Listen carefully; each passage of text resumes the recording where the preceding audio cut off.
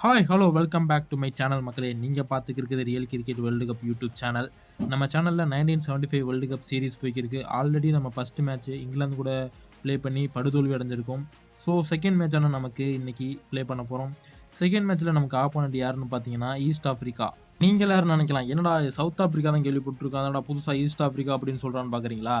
1975 world cup டயத்தில் வந்து Africa காண்டினென்ட்ல உள்ள அந்த ஈஸ்ட் சைடில் உள்ள நாடுகளான கென்யா, தான்சானியா, அப்புறம் சாம்பியா, அப்புறம் உகாண்டா, இந்த மாதிரி நாடுகள்லாம் சேர்ந்து ஒரு அசோசியேஷன் கண்ட்ரியாக ஃபார்ம் ஆகி இந்த வேர்ல்டு கப்பில் வந்து ப்ளே பண்ணியிருக்காங்க. ஸோ அதனால தான் மொத்தமாக அந்த டீமுக்கு வந்து ஈஸ்ட் ஆஃப்ரிக்கான்னு பேர் வச்சுருக்காங்க. ஸோ இன்றைக்கி நம்ம இந்த டீமோட தான் நம்ம ப்ளே பண்ண போகிறோம். மேட்ச்சுக்குள்ளே போகிறதுக்கு முன்னாடி பாயிண்ட்ஸ் டேபிளில் நம்ம எந்த பொசிஷனில் இருக்குங்கிறத பார்த்துட்டு வந்துடுவோம். அது இல்லாமல் நமக்கு இன்னும் யார் கூடலாம் மேட்ச் இருக்குங்கிற டீட்டெயிலையும் பார்த்துட்டு வந்துடுவோம். ஸோ லாஸ்ட் மேட்ச் நம்ம இங்கிலாந்து கூட படுதோல்வி அடைந்தனால நம்ம வந்து பாயிண்ட்ஸ் டேபிளில் 4வது இடத்துல தான் இருக்கும். ஸோ இந்த மேட்ச் நமக்கு டூ ஆர் டை மேட்ச்னே சொல்லலாம். இந்த மேட்ச் மட்டும் இல்லாமல் நமக்கு இனி வரப்போகிற எல்லா மேட்சுமே டூ ஆர் டை மேட்ச் தான். ஸோ குரூப் 1ல் வந்து நியூசிலாந்து இங்கிலாந்துலாம் டாப்பில் இருக்காங்க. ஈஸ்ட் ஆஃப்ரிக்கா இந்தியா கீழே தான் இருக்காங்க. ஸோ குரூப் 2லையும் அதே மாதிரி வெஸ்ட் இண்டீஸ் ஆஸ்திரேலியா தான் டாப்பில் இருக்காங்க. பாகிஸ்தான் ஸ்ரீலங்கா பாட்டமில் தான் இருக்காங்க. ஸோ நமக்கு மொத்தம் 3 லீக் மேட்ச்சில் ஆல்ரெடி ஒன்று ப்ளே பண்ணிட்டோம். இன்றைக்கி நம்ம செகண்ட் மேட்ச் வந்து ஈஸ்ட் ஆஃப்ரிக்காவோட மோத போகிறோம். அடுத்து நமக்கு நியூசிலாந்து கூட ஒரு மேட்ச் இருக்குது. அதே மாதிரி குரூப் 2லையுமே இன்னும் 2 மேட்ச் தான் பெண்டிங்கில் இருக்குது. ஸோ நம்ம இப்போ செகண்ட் மேட்சோட டாஸ்க்குள்ளே போயிடலாம் மக்களே.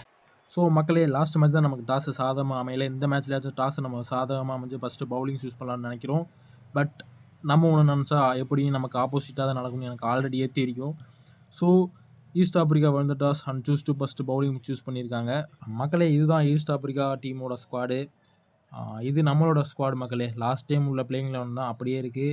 வெங்கட்ராகவன் தான் அந்த டீமை கேப்டன்ஷிப் பண்ணுறாரு இந்தியன் டீமுக்கு. ஸோ ஈஸ்ட் ஆஃப்ரிக்கா பவுலிங் பண்ண களத்துக்குள்ளே இறங்கிட்டாங்க. ஃபஸ்ட்டு மேட்ச்சில் நம்ம டீமுக்கு ஓப்பன் பண்ணவங்க தான் இந்த மேட்ச்லேயும் ஓப்பன் பண்ணுறாங்க. Sunil Gavaskar and F engineer தான் ஓப்பன் பண்ணுறாங்க.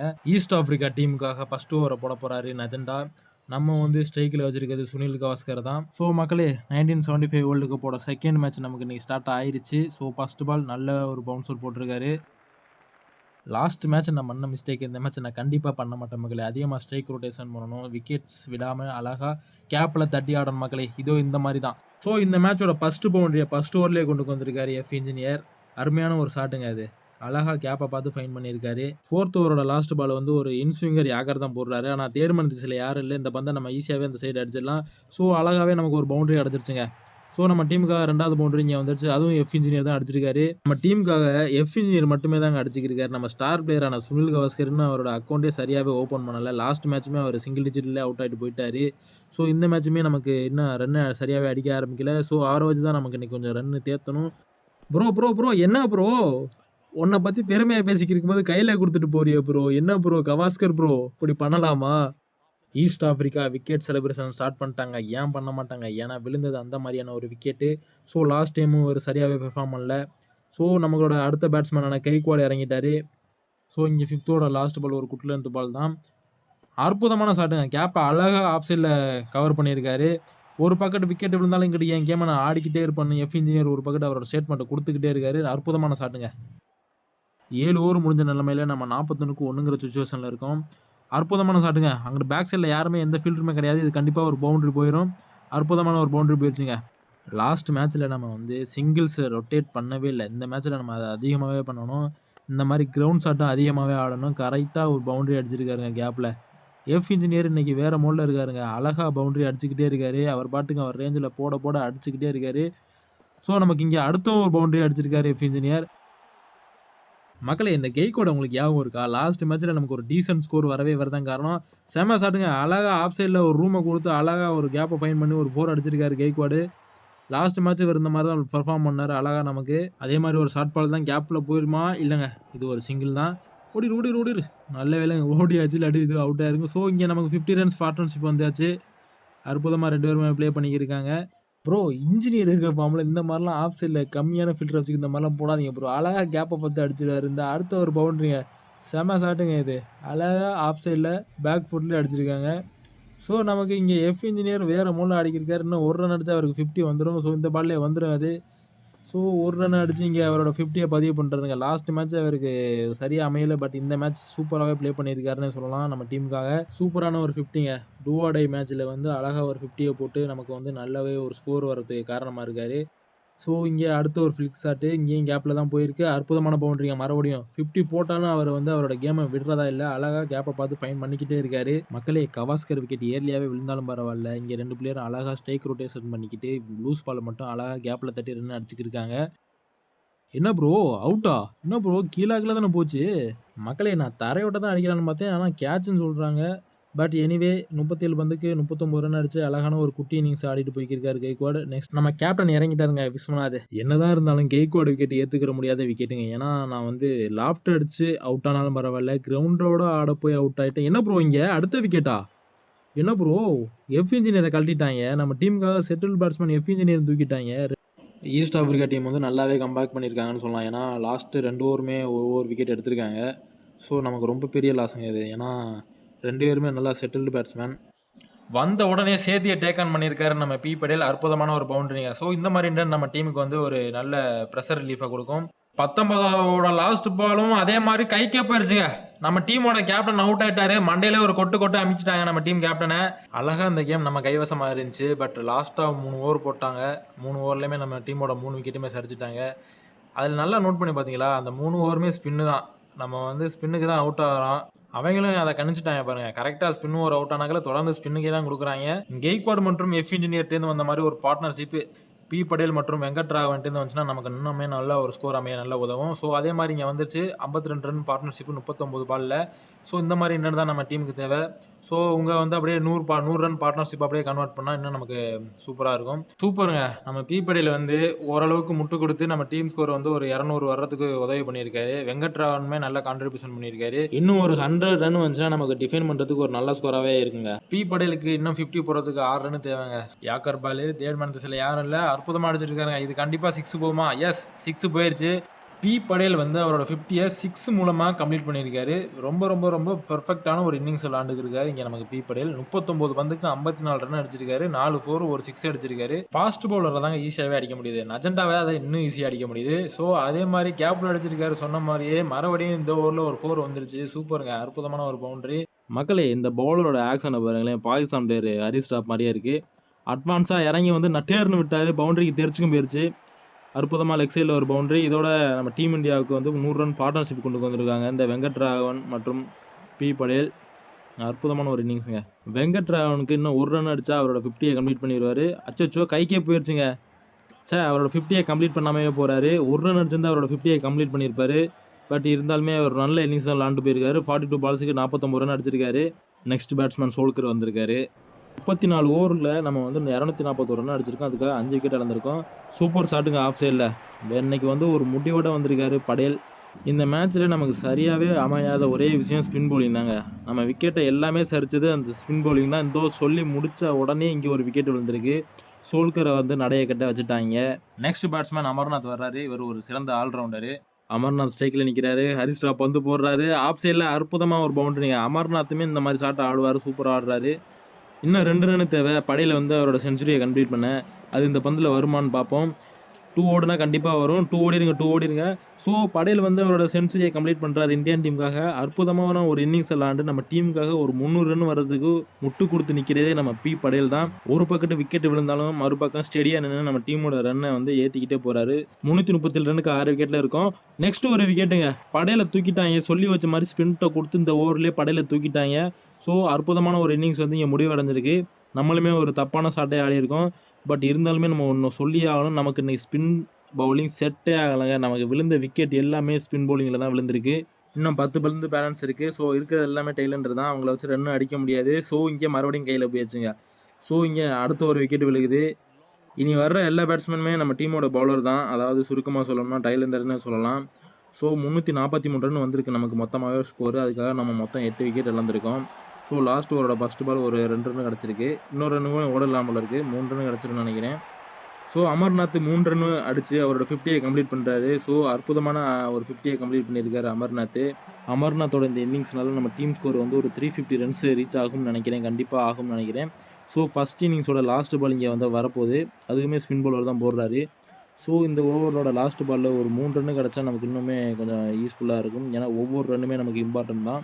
ஸோ அதே மாதிரி 3 ரன் கிடச்சிருச்சு. ஸோ மக்களே 1975 வேர்ல்டு கப்போட செகண்ட் மேட்சோட ஃபர்ஸ்ட் இன்னிங்ஸ் இங்கே முடிவடையுது மக்களே. ஸ்டார்டிங்கில் ஈஸ்ட் ஆஃப்ரிக்கா வந்து டாஸை வின் பண்ணி ஃபஸ்ட்டு பவுலிங் சூஸ் பண்ணாங்க. மக்களே நம்ம வந்து ஃபஸ்ட் மேட்ச்சில் விளாண்ட மாதிரி இந்த மேட்ச் விளாடல. அழகாக நிறையா சிங்கிள்ஸ் விளாண்டோம், கேப்பில் பவுண்டரிஸ் அடித்தோம். ஸோ அதனால் நமக்கு வந்து 50 ஓவர் முடிவில் வந்து ஒரு 352 ரன் அடிச்சிருக்கோம். அதுக்காக நம்ம மொத்தமே 8 விக்கெட் தான் விட்டுருக்கோம். ஈஸ்ட் ஆஃப்ரிக்கா டீமுக்கு இது ஒரு பெரிய ஸ்கோர்னே சொல்லலாம். இதை அவங்க சேஸ் பண்ணாங்கன்னா ஒரு ரெக்கார்ட் சேஸ் தான் பண்ணணும். ஈஸ்ட் ஆஃப்ரிக்காவுக்கு ஓப்பன் பண்ணுறதுக்கு அலியும் வலிசும்பியும் ஓப்பன் பண்ணுறாங்க. ஸோ நமக்கு வந்து எப்போதும் போல் நம்ம ஸ்டார் பவுலர் எம் லால் தான். ஸோ லாஸ்ட் மேட்ச் அவர் வந்து ஒரு நல்ல 3 விக்கெட் எடுத்து கொடுத்தாருங்க குயிக்காகவே. அதனால தான் இந்த மேட்ச் அவரை வச்சு ஓப்பன் பண்ணுறோம். ஈஸ்ட் ஆஃப்ரிக்காவுக்காக ஸ்ட்ரைக்கில் நிற்க போகிறது அலி தான். ஸோ நம்ம வந்து லாஸ்ட் மேட்ச்சில் குயிக்காக 3 விக்கெட் எடுத்த மாதிரியே இந்த மேட்ச்சில் நம்ம குயிக்காக ஒரு 4-5 விக்கெட் எடுத்தாலே நம்ம இந்த கேமை ஈஸியாக வின் பண்ணிடலாம். ஆனால் அதுக்காக நம்ம வந்து ஈஸ்ட் ஆஃப்ரிக்காவை ஈஸியாக இடப்பட்டுறக்கூடாதுங்க. ஸோ ஃபஸ்ட்டு பால் போட்டாச்சிங்க. ஃபஸ்ட் ஓவரோட லாஸ்ட் பால் வந்து எம்லால் போட்டுக்கிருக்காரு. அழகான ஒரு ஷாட்டுங்க. புஷ்லேயே ஒரு பவுண்டரி அடிச்சிட்டாங்க. லாஸ்ட் மேட்ச் இங்கிலாந்து இதே தான் பண்ணுறாங்க. ஸ்டோக்கும் புஷ்லேயே தான் நமக்கு போன மேட்ச்சில் ரன் வந்துச்சு. அதே மாதிரி தான் இந்த மேட்ச் வருது. அட்வான்ஸாக இறங்கி ஆஃப் சைடில் ஒரு 4ங்க. எப்படி தான் அந்த ஷாட்டை ஆடுறாங்கன்னு தெரியல. அலிக்கு ஒரு அற்புதமான ஒரு 4. மக்களை கவனிச்சிங்களா? அவங்க டீமில் பேட்டிங் பிடிக்கிறதாலே தான் நம்ம டீமில் பந்து போடுறதாலே தான் என்னங்க ஷாட் இது, ராக்கெட் மாதிரி போய்க்கிருக்கு பந்து. அப்படியே நட்டேர்னு ஒன்று வச்சார் ஆஃப் சைடில், செம பவுண்டரிங்க. மக்களே ஓவர் 10 ஓவரை தாண்டிடுச்சு. ஆனால் அவங்க என்ன விக்கெட்டே ஆக மாட்டேங்கிறாங்க. 80 ரன் அடிச்சிட்டாங்க. ரொம்ப ரொம்ப கஷ்டமாக இருக்குது மக்களே. நான் வந்து ஈஸியாகவே நினச்சிட்டேன் அவங்கள. இந்த நெக்ஸ்ட் ஒரு பவுண்டரி அடிச்சிட்டாங்க. ஸோ இங்கே வந்து அலி வந்து அவரோட 50யை கம்ப்ளீட் பண்ணுறாரு. காய்ஸ், எனக்கு என்னமோ இந்த மேட்ச் சரிபட்டு வராதுன்னு தோணுது. ஏன்னா அவங்க இன்னுமே விக்கெட்டே விழுகாமல் இருக்காங்க. ரொம்பவே கஷ்டமாக இருக்குது. சொல்லி முடிக்கலைங்க விக்கெட்டுங்க. ஸோ நம்ம டீமுக்காக அமர்நாத் வந்த உடனே விக்கெட் எடுத்துட்டாரு. ஸோ நம்ம டீமுக்கு தேவையான நேரத்தில் ஒரு விக்கெட் வந்திருக்கு. ஸோ இதோட ஃபஸ்ட்டு பிரேக் த்ரூ அவங்களுக்கு விழுந்தாச்சு. வலுசும்பி வந்து 36 பந்துக்கு 36 ரன் அடிச்சுட்டு கிளம்புறாரு. ஸோ நெக்ஸ்ட் பேட்ஸ்மேன் வந்துட்டாரு. மக்களே அந்த ஃபஸ்ட்டு விக்கெட் மட்டும் கொஞ்சம் ஏர்லியாகவே வந்துருந்துச்சுன்னா நமக்கு இன்னும் கொஞ்சம் பெனிஃபிட்டாகவே இருந்திருக்கு. ஏன்னா 95க்கு ஒரு விக்கெட்டுங்கிறது வந்து எனக்கு ஒரு மாதிரியாகவே தான் தோணிக்கிட்டே இருக்குது. ஏன்னா ஈஸியாகவே சேஸ் பண்ணிடுவாங்களோன்னு தோணுது. பட் இருந்தாலும் பரவாயில்ல, நம்ம வந்து கம்பேக் கொடுக்கணும். நம்ம அந்த அலியோட விக்கெட்டை எடுக்கணுங்க. ஏன்னா அவர் வந்து 57 ரன் அடிச்சிருக்காரு. கொஞ்சம் செட்டில் ஆகிட்டாரு. ஸோ அவரோட விக்கெட் தான் நமக்கு ரொம்பவே மெயின். ஸோ இங்கே அடுத்த ஒரு கேட்சுங்க. ஸ்லிப்பில் அழகாக ஒரு கேட்ச்சு. ஃபஸ்ட்டு விக்கெட் இந்த மாதிரி தான் விழுந்திருக்கு. ஸோ நமக்கு இங்கே 2வது விக்கெட் விழுந்திருக்கு. பேக் டு பேக் ஓவர்ஸில் வந்து நம்ம வந்து விக்கெட் எடுத்திருக்கோம். அவங்க ஸ்பின் பவுலர் எடுத்தால் நம்ம வந்து ஃபாஸ்ட் பவுலிங்கில் எடுத்திருக்கோம். ஸோ இங்கே ஒரு ட்ரிங்க்ஸ் பிரேக்கு. ஸோ நம்மளோட ஸ்பின் பவுலர்ஸ்லாம் களத்தில் இறங்கிட்டாங்க. ஸோ அவங்கள மாதிரி நம்மளும் விக்கெட் எடுக்கணும். பட் கேப்பில் போயிடுச்சுங்க. இங்கே ஒரு பவுண்ட்ரி, ஆஃப் சைடில் அழகாக ஒரு பவுண்ட்ரி. இந்த அலியை மட்டும் விக்கெட் எடுக்கவே முடியலங்க. என்ன தான் பண்ணாலும் அவன் தட்டி ரன் எடுத்துடுறான். ஸோ இங்கே மறுபடியும் ஒரு கேப்பில் பவுண்ட்ரி அடிச்சுட்டாங்க. மக்களே இன்னும் ஒரு ரன் அடித்தா அலி அவனோட சென்ச்சுரியை கம்ப்ளீட் பண்ணிடுவான். ஸோ அது இந்த பால்லே அடிச்சுட்டான். பவுண்டரி மூலியமா அவனோட சென்ச்சுரியை கம்ப்ளீட் பண்ணுறாங்க. செம்ம இன்னிங்ஸுங்க. நம்ம டீமோட வின்னிங்கை வந்து கையிலேருந்து அப்படியே பறித்து இழுத்துட்டாங்கன்னே சொல்லலாம். ஸோ நமக்கு இவனோட விக்கெட் ரொம்ப ரொம்ப ரொம்ப இம்பார்ட்டண்டான விக்கெட். ஸோ அவனோட விக்கெட் எப்படியாச்சும் எடுக்கணும். சூப்பருங்க. சொல்லி வாயை மூடலை, அதுக்குள்ளேயும் ஒரு விக்கெட் விழுந்துருச்சு. அதுவும் அலியோட விக்கெட் தான் விழுந்திருக்கு. செம விக்கெட்டுங்க இது. இந்த விக்கெட் ரொம்ப ரொம்ப ரொம்ப இம்பார்ட்டண்டான விக்கெட். ஸோ அவங்க ஸ்பின்னர் ஸ்ட்ரைக் பண்ண மாதிரியே நம்ம ஸ்பின்னரும் ஸ்ட்ரைக் பண்ணியிருக்காங்க. 84 பந்துக்கு 105 ரன் அடிச்சுட்டு கிளம்பிக்கிட்டே இருக்கான். என்ன மக்களே 197 ரன் அடிச்சிட்டாங்க 3 விக்கெட்டுக்கு. எனக்கு என்னமோ இந்த மேட்ச் சரியாக படலை. இங்கே அற்புதமான ஒரு பவுண்டரி அடிச்சுட்டாங்க ஆஃப் சைடில். ஸோ 28 ஓவருக்கே 200 ரன் அடிச்சுட்டாங்க. ரொம்ப ரொம்ப கஷ்டமாகவே இருக்குது அவங்கள வச்சு பந்து போடுறது. ஸோ அடுத்து ஒரு பவுண்டரிங்க. என்னங்க நம்ம இந்த மேட்ச் தோத்தோம்னா நம்ம அவுட் ஆஃப் த டோர்னமெண்ட்டுங்க. ஆனால் அதுக்கேற்ற மாதிரி நம்ம பந்தும் போடலை. எப்படி போட்டாலும் அடிக்கிறாங்க. ஸோ இங்கே நெக்ஸ்ட் ஒரு விக்கெட் விழுந்துருக்குங்க. ஸோ இந்த மாதிரி இன்டர் நமக்கு ரொம்பவே தேவை. ஸோ இதை வந்து நம்ம ஏர்லியாகவே கொண்டு வரணும். அற்புதமான ஒரு விக்கெட்டுங்க. ஆனால் செட்டில் பேட்ஸ்மேன் யாருமே அவுட் ஆக மாட்டேங்கிறாங்க. நெக்ஸ்ட் நியூ பேட்ஸ்மேன் ஸ்ட்ரைக்கில் இருக்கார். ஸோ நமக்கு வந்து இன்னும் ஒரு விக்கெட் தேவைப்படுதுங்க. ஏன்னா 250 ரன் அடிச்சிட்டாங்க. ஸோ அடுத்த ஒரு விக்கெட் விழுந்திருக்கு. எல்லா விக்கெட்டுமே அந்த பேட்ஸ்மேனை சுற்றி இருக்க ஸ்லிப் ஏரியாவில் தாங்க விழுந்திருக்கு. ஸோ எல்லாமே நமக்கு சேமாக தான் விழுந்திருக்கு. ஆனால் எல்லாமே நியூ பேட்ஸ்மேன் தாங்க அவுட் ஆகிறாங்க. அந்த செட்டிலான சேதியை மட்டும் கலட்ட முடியல. இந்த பாருங்க ஆஃப் சைடில் ஒரு பவுண்டரி அடிக்கிறான். பேட்டில் பந்து தண்டுன்னு உடனே தெரியுதுங்க இந்த பவுண்டரி தான். ஸோ அவனுக்கு இன்னும் ஒரு 4 ரன் தாங்க தேவை செஞ்சுரிக்கு. நம்ம டீமோட வெற்றியை வந்து அப்படியே பறிச்சுட்டானே சொல்லலாம். இவன் விக்கெட் ரொம்ப ரொம்ப ரொம்ப இம்பார்ட்டண்டான விக்கெட். ஆனால் கலட்ட முடியல. அற்புதமான ஒரு செஞ்சுரியும் போட்டான். ரொம்பவே கம்போஸராக விளாண்டுக்கிருக்காங்க இவன். இவனோட விக்கெட் நமக்கு ரொம்பவே தேவைப்படுது. பார்ட்னர்ஷிப்பும் ஒரு 50 போட்டாங்க அவங்க. அந்த ஸ்கோர் கார்டை பாருங்கள் ப்ரோ. 320 ரன் அடிச்சுட்டாங்க. அசால்ட்டாக அடித்து வந்துட்டாங்க. நான் கூட அடிக்க மாட்டாங்கன்னு நினச்சேன். இன்னும் 5 ஓவர் இருக்குது. 30 பந்துக்கு 33 ரன் மட்டும்தான் அடிக்கணும். எனக்கு ரொம்ப ரொம்ப ரொம்ப டிசப்பாயின்மெண்ட்டாக இருக்குது. ஏன்னா இந்த மேட்ச் தோற்றா நம்ம வந்து அவுட் ஆஃப் த டோர்னமெண்ட்டுங்க. அவன் அந்த பந்தை போல்ட் ஆக விடவே மாட்டேங்கிறான் பாருங்க. எப்படி தடுத்துக்கிருக்கான்னு பாருங்க. ஆனால் நம்ம யாக்கர் போடுறதை விடவே கூடாது. கண்டினியூஸாக யாக்கர் போட்டுக்கிட்டே இருக்கணும். யாக்கர் போட்டு அடிக்க மாட்டேங்கிறாங்க. ஸோ அடுத்த பால் ஒரு டாட் பாலுங்க. ஸோ இந்த மேட்ச் விறுவிறுப்பாகவே போகுதுன்னே சொல்லலாம். இந்த இடத்துல நமக்கு ஒரு 5 டாட் பால் வந்தாலே இன்னும் கொஞ்சம் ப்ரெஷர் ரிலீஃப் ஆகும். ஸோ அவன் அந்த பந்த கணிச்சு அழகா ஒரு பவுண்டரி அடிச்சுட்டாங்க. என்னடா யாக்கர் பால் தொடர்ந்து போட்டுக்கிருக்கான்னு பார்த்து ஒரு பவுண்டரியும் அடிச்சுட்டாங்க. இந்த பால் ரொம்ப ரொம்ப முக்கியமான பாலுங்க. ஒரு விக்கெட் வந்தா இன்னும் ஈஸியா இருக்கும். ஐயோ! ப்ரோ ஓடு ப்ரோ பவுண்டரிய மட்டும் விட்டுறாத ப்ரோ. இவங்க 4 ரன் ஓடிருவாங்க போல இருக்கு. இந்த நேரத்துல இந்த மாரி ரன்ஸ் எல்லாம் வந்தா நமக்கு ரொம்பவே கஷ்டங்க. 3 ரன் ஓடிட்டாங்கன்னு நெனைக்கிறேன். என்ன மக்களே ஸ்பின் பவுலர்ட்ட குடுத்துருக்கேன்னு பார்க்குறீங்களா? ஏன்னா இவங்கள்ட்ட குடுத்தாலும் ஓரளவு விக்கெட் விழுகும். அதனால தான் குடுத்து பார்த்துருக்கேன். லாஸ்ட்டா ஒரு சான்ஸ் எடுத்து பார்ப்போன்னு. பட் விக்கெட் விழுகாதுன்னு நெனைக்கிறேன். இன்னும் 11 பந்துக்கு 4 ரன் தாங்க தேவை. ஸோ நம்ம மேட்ச் ஃபுல்லாவே அவைங்க கைக்கே போயிருச்சு. இவ்வளோ ரன் அவைங்க வந்து சேஸ் பண்ணுவாங்க நான் கனவுல கூட நெனச்சு பார்க்கலங்க. ஸோ இன்னும் 4 ரன் தேவை. இன்னும் ஒரு 2, 3 டாட் பால் ஒரு விக்கெட் வந்துச்சுன்னா நல்லாயிருக்கும். கேட்ச் இல்லங்க. பவுண்டரி போயிருச்சுன்னு நெனைக்கிறேன். பவுண்டரி கேப்ல அடிச்சுட்டான். ஸோ மக்களே ஈஸ்ட் ஆஃப்ரிக்கா வின் பை 5 விக்கெட்ஸுங்க. இங்க வந்து ரெக்கார்ட் கிரியேட் பண்ணியிருக்காங்க. இந்தியா வந்து தலையிலே கொட்டி வெளியே அனுப்பிட்டு இருக்காங்கன்னே சொல்லலாம். ஸோ நம்ம வந்து அவுட் ஆஃப் த டோர்னமெண்ட். ஏன்னா நம்ம ஆல்ரெடி ஒரு மேட்ச் தோத்துருந்தோம். இந்த மேட்ச்சும் தோத்துட்டோம். ஸோ நம்ம வந்து அஃபிஷியலாகவே அவுட் ஆகி போயிட்டோம். ஸோ இனி பேசி ஒன்றும் நடக்க போகிறதில்ல மக்களே. இது ரொம்பவே டிசப்பாயின்ட்மெண்ட் மக்களே இந்தியன் டீமுக்கு. ஸோ 48.2 ஓவர்லேயே வந்து இந்த ஹிமாலயா ஸ்கோரை வந்து சேஸ் பண்ணிட்டாங்க. நான் வந்து அவங்கள கொஞ்சம் குறைச்சே மதிப்பிட்டுட்டேன். யாருமே கொஞ்சம் குறைச்சி மதிப்பிடக்கூடாதுன்னு இதுலேருந்து தெரிஞ்சுக்கிட்டேன். ஸோ நம்ம அஃபிஷியலாக அவுட் ஆஃப் த டோர்னமெண்ட்னே சொல்லலாங்க. ஏன்னா நமக்கு 2 லீக் மேட்ச் நம்ம தோத்துட்டோம். ஸோ நமக்கு இதுக்கு மேலே வாய்ப்பே கிடையாது. ஸோ நமக்கு இன்னும் ஒரு லீக் மேட்ச் பெண்டிங்கில் இருக்குது. அது நியூசிலாந்து கூட இருக்குது. ஸோ அதை வந்து நம்ம ஃப்ரெண்ட்லியாகவே விளையாண்டு முடிச்சுட்டு போயிடுவோம். ஆனால் அதில் வந்து ஃபயர் கண்டிப்பாக இருக்குங்க. ஏன்னா இந்த ஸ்டேட்மெண்ட்டை நான் ஏன் இப்போ இங்கே சொல்கிறேன்னு பார்த்தீங்கன்னா, இது ஒரு முடிவு கிடையாதுங்க. இது ஒரு ஆரம்பம். ஏன்னா நமக்கு இன்னும் நிறைய மேட்ச் இருக்குது, நிறைய வேர்ல்டு கப் இருக்குது. ஸோ நம்ம வந்து அதிலலாம் கம்பேக் கொடுக்கணும். நம்ம இந்த மேட்ச் தோற்றதுக்காண்டி நம்ம நெக்ஸ்ட் வேர்ல்டு கப்பில் வந்து ஈஸ்ட் ஆஃப்ரிக்காவை வந்து கண்டிப்பாக பழிதீர்ப்போம். ஏன்னா நம்மளோட ட்ரீமை அவங்க தான் ஸ்பாயில் பண்ணியிருக்காங்க. ஸோ நம்ம நெக்ஸ்ட் மேட்ச்சில் சந்திப்போம் மக்களே. ஈஸ்ட் ஆஃப்ரிக்காவை வந்து சேதி வந்து மேன் ஆஃப் த மேட்ச் வாங்குறாரு. இதெல்லாம் பார்க்கும்போது கொஞ்சம் வருத்தமாகவே இருக்குங்க. ஏன்னா நம்ம படியில் அங்கே வாங்கியிருக்கணும். ஸோ அவங்க டீமில் 2 பேர் செஞ்சுரி போட்டுட்டாங்க. நம்ம டீமோட மொத்த டீமுமே கொலாப்ஸ் பண்ணிட்டாங்க. ஸோ அதுக்காண்டி நம்ம வந்து நெக்ஸ்ட் மேட்ச்சில் கம்பேக் கொடுக்குறோம். அடுத்தடுத்த டோர்னமெண்ட்டில் நம்ம வந்து ரிவெஞ்ச் எடுக்கணுங்க. ஸோ நெக்ஸ்ட் மேட்ச்சில் பார்க்கலாம் மக்களே. அது வரைக்கும் நீங்கள் நம்ம சேனலை வாட்ச் பண்ணிக்கிட்டே இருங்க. சப்ஸ்கிரைப் பண்ணுங்கள், லைக் பண்ணுங்கள், கமெண்ட் பண்ணுங்கள். பாய் மக்களே.